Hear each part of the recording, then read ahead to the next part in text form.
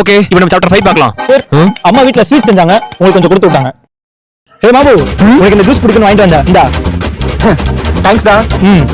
பாபு அவன் உனக்கு தெரியும் என்கிட்ட சொல்லவே இல்ல. சார் அவங்க அப்பா ஃப்ரெண்டு சார். ஓ அவங்க அப்பா ஃப்ரெண்ட்ஸா? இல்ல சார், அவங்க அப்பா எனக்கு ஃப்ரெண்டு.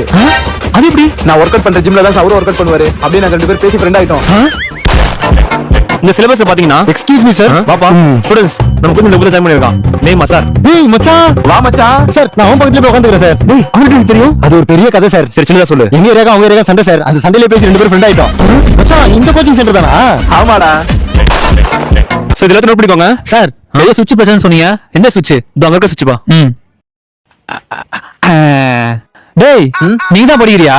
ஆமாடா. ஏண்டா உன் எவ்வளவு சொல்லி கொடுத்துருக்கேன் இந்த மாதிரி பிரச்சனை வந்து எப்படி ரெடி பண்ணுன்ட்டு. நீயே பண்ணிடலாம்டா. அடுத்த வாட்டி பிரச்சனை வந்தா நானே பாத்துக்கிறேன்.